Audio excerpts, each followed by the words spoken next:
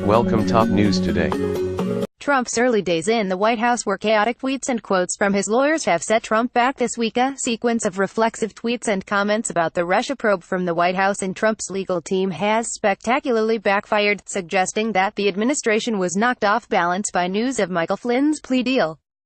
The fallout from Friday's bombshell consumed several days when Trump should have been highlighting his biggest political win yet after the Senate passed a tax reform bill, and may well have deepened his legal and political jeopardy. Comparisons to the chaos, confusion and disinformation that raged in the first weeks and months of Trump's presidency before Chief of Staff John Kelly began to impose comparative discipline on the White House staff, if not the mercurial president, are appropriate for another reason.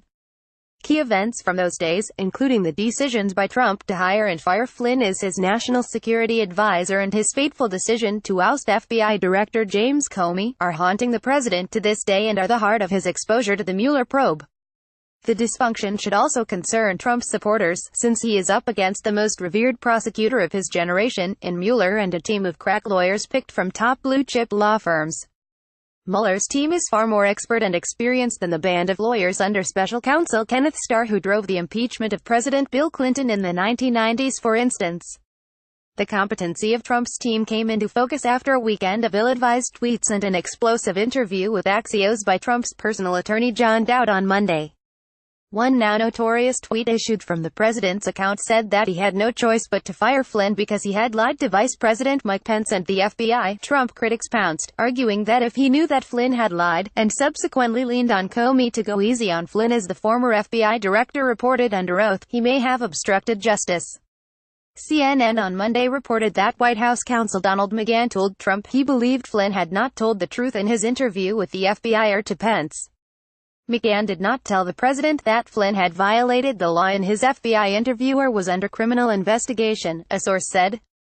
Dowd eventually copped to the tweet that set off the firestorm, but suspicions lingered that Trump played a bigger role in the episode than has so far been revealed.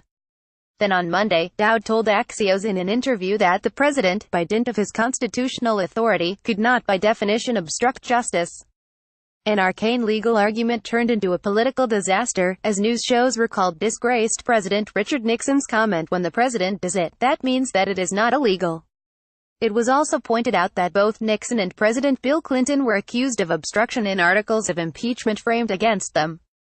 Dowd's contemporaries vouched for his legal acumen, but most argued that he had made a mistake, or what CNN senior legal analyst Jeffrey Toobin, coining a non-legal term, called a big mess. Dowd's comments begged a damaging question that drove a day of bad headlines. Was his argument motivated by a conclusion that Trump had indeed obstructed justice? Most legal scholars concede that the law is inconclusive on whether a sitting president can be indicted on a criminal charge. But the idea that a president cannot face obstruction of justice charges in an impeachment proceeding run by Congress defies precedent. Dowd's defenders also point out that in Trump, he hardly has the ideal client, given the president's propensity to stoke political firestorms in a way that could undermine the work of even the most diligent legal team.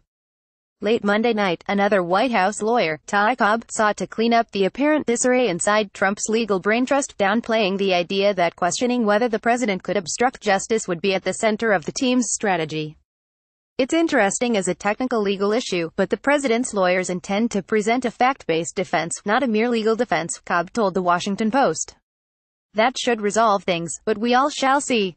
In many ways, the president is responding to a legal challenge with an unrestrained political strategy, as evidenced by his assaults on the credibility of the FBI and Mueller and his unsubstantiated claim that Hillary Clinton had told far more lies to the FBI than Flynn.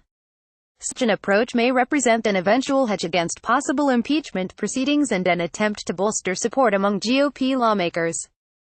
But it makes Dowd's job much harder and may explain his missteps. "I think that's what happens when you conflate being a defense lawyer with being a PR flack," former Watergate prosecutor Richard Benveniste told CNN's Wolf Blitzer on Monday. Another explanation for Trump's tactics is that they are designed to give ammunition to his media cheerleaders who want to discredit the Mueller probe. A better legal strategy, however, would be to keep quiet. With that in mind, Benveniste told Blitzer that there was a big fish mounted on the wall of his rec room.